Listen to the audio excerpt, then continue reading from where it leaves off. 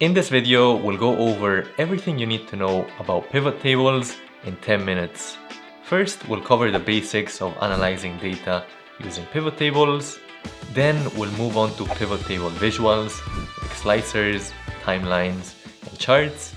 And finally, we'll get into advanced pivot table features like grouping, calculated fields, and more. So let's get into it. And thank you to HubSpot for sponsoring this video. More on them later. Here's the Excel file we're working with, which you can download for free in the video description. So as you can see, we're selling Apple products, and some of the things based on this data that we would like to know is what is our total revenue, what products are selling best, and a bunch of other things that would help us make good business decisions. To do this analysis, first we'll turn it into a regular table just by hitting Ctrl T and hit OK there, as that's typically best practice. From here, we're gonna turn it into a pivot table. So we're gonna go under the Insert tab up over here, and then just click on Pivot Table. Then this pop-up should show up. It basically says to put it in a new worksheet. We're okay with that, and we'll hit OK. From here, you're gonna find all of the pivot table fields on one side. So all of this area is basically all of the column headers that we had before. So all of these are gonna be pasted over here. And then below that is where we'll be able to do our analysis. If you want different viewpoints, you can click on this cog here and change it to something like a vertical view like this if you wanted, or just go back to what it was by going back here from the cog. Similarly, you can drag this across wherever you want. For now, I'm just gonna leave it here to the side. So for example, if we wanted to find the revenue for each Apple product, we would just go ahead and select the revenues. That would be our values, meaning that's what we're summing. As you can see, the table is gonna start to auto-populate. So that's just our total revenue, but we wanna break that down by product. So we'll put that under the rows. As you can see, that's gonna start showing over here. Let's suppose that we wanna change the format of this because it's kind of hard to read this many numbers. We can just go to right click under number format here. And then we're just gonna change this to say a number. And we're gonna use the comma separator just so it's easier for us to read, and remove the decimals and hit OK.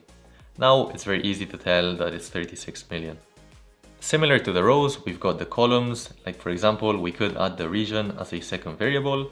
You can see what that looks like over here. If you ever want to remove one, it's just as simple as dragging it out like so. Now what if we want this table to be ordered from highest to lowest?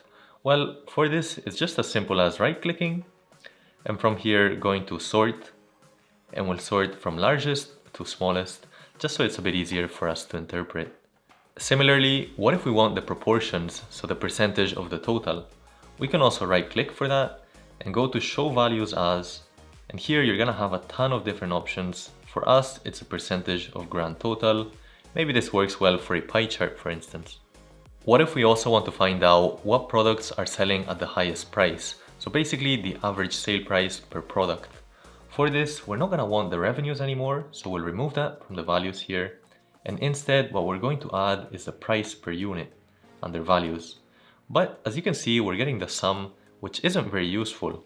Instead, we want the average, so we can just right click there. And from here, go to summarize values by, instead of the sum, you can see we've got other options. We'll go for the average. So now we can easily tell that the MacBooks seem to have the highest average price. Now moving on to part 2, which is visuals. And here, let's suppose that we want to see the product sales by date. Now for this, we can just go ahead back to the pivot table, and we're gonna remove the average, because that's not what we want here under values. And instead, we're gonna put the revenues. And on top of that, we also wanna put the dates, like we said. So we're just gonna put that under the columns. This is one way to do it, but as you can see, it's just not very easy to interpret or to read. So we're just gonna remove that. Remove this date again as well. One thing we can do here is put it under filters. So if you go to the date, we'll drag it over to the filters. And now this is going to allow you to filter specifically by a date. Like let's say I select the 1st of January and hit OK. That's one way to do it, but it's still not ideal in my opinion. So we'll get out of that like so. And instead, what we're gonna do is go under pivot table analyze. We're gonna insert a timeline. We're gonna select it for dates and hit OK. Now let me just rearrange that. And basically this is gonna allow us to select specific time periods that we want. like a specific month, or similarly, instead of by month, we can change this into by quarter.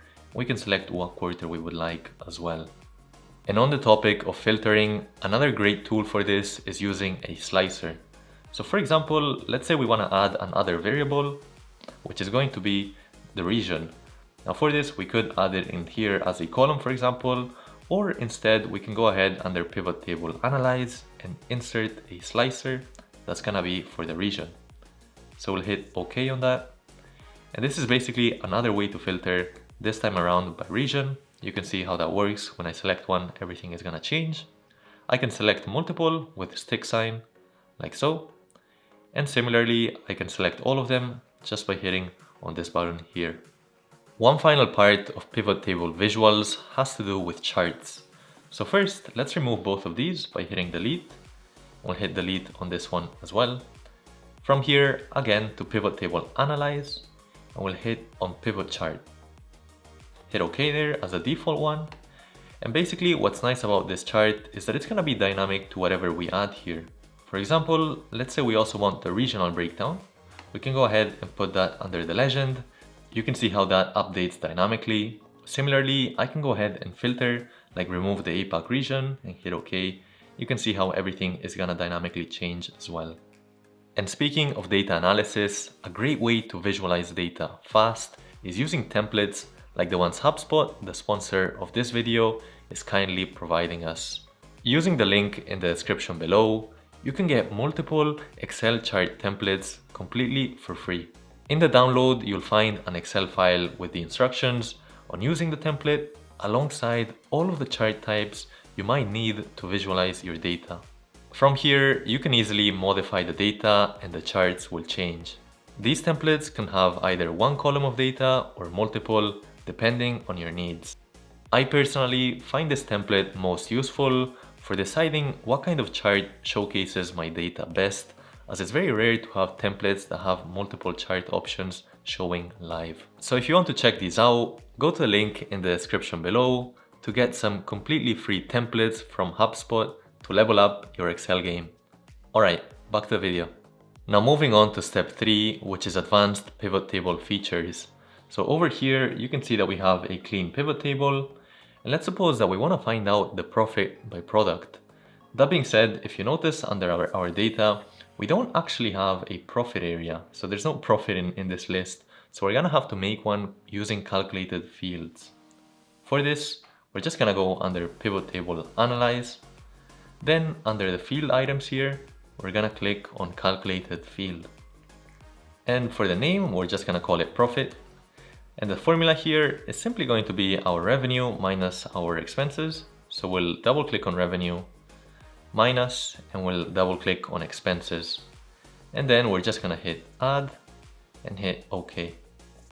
Now you can see that we've got the sum of profit. Let's suppose that we want that breakdown by product. You can see what that looks like there. If you ever have some doubts about a specific number, like maybe the airport profit here doesn't seem right to you, you can always double click on it and you're gonna see exactly where it's deriving the whole data from in a new sheet. We'll go to control page down to go back to the pivot table tab. And from here, let's suppose that instead of the product, we want to find out by date. So the profit by date. We'll just drag that over here like so. But let's suppose that instead of by month like this, we want to have it by quarter. To do this, luckily, we can use what's known as grouping. So we'll right click here. Then we'll go over to group. And from here, you can see that we have quite a lot of grouping options. And more specifically, we said we wanted the quarters. We don't really want the daily breakdown, just quarters and months is good. So we'll hit OK there. You can see exactly what that looks like. Once grouped, you can always expand or collapse this table just by right clicking and going to expand or collapse. Let's say we collapse it for now. Finally, let's see what happens if you add new data to the original sheet. So we'll go to control page down here. To get to the bottom, just go to control down arrow. And so we're at the very bottom here. Let's just copy this whole row. So control shift right, control C, and then control B down below. Let's say I change this to a new product that's been launched, say call it iKenji, hit enter there. We just want to see if this is gonna update over here. So let's go ahead and remove the dates, and let's just put the products. So we're gonna select the products and just drag it across. But you can see that the iKanji is not here. The reason for this is because we haven't refreshed the data. So we'll go to pivot table analyze, hit refresh there, and now you'll see that iKanji is currently showing. So it's very important to refresh whenever you have new data. What we've learned so far is the conventional way to go about pivot tables, but there is one more tool that most people don't know about. So we'll go to control page down to the data sheet. Let's go back up by hitting control up arrow. And from here, if you go all the way to the side, you'll notice there's under the home tab, this analyze data button. So just go ahead and click on that. And it basically allows you to interpret the data using artificial intelligence.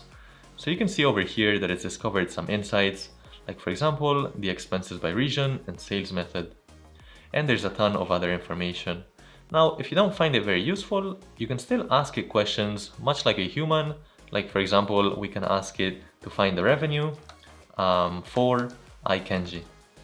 Hit enter there, and you can see that it's exactly found the revenue for product iKanji.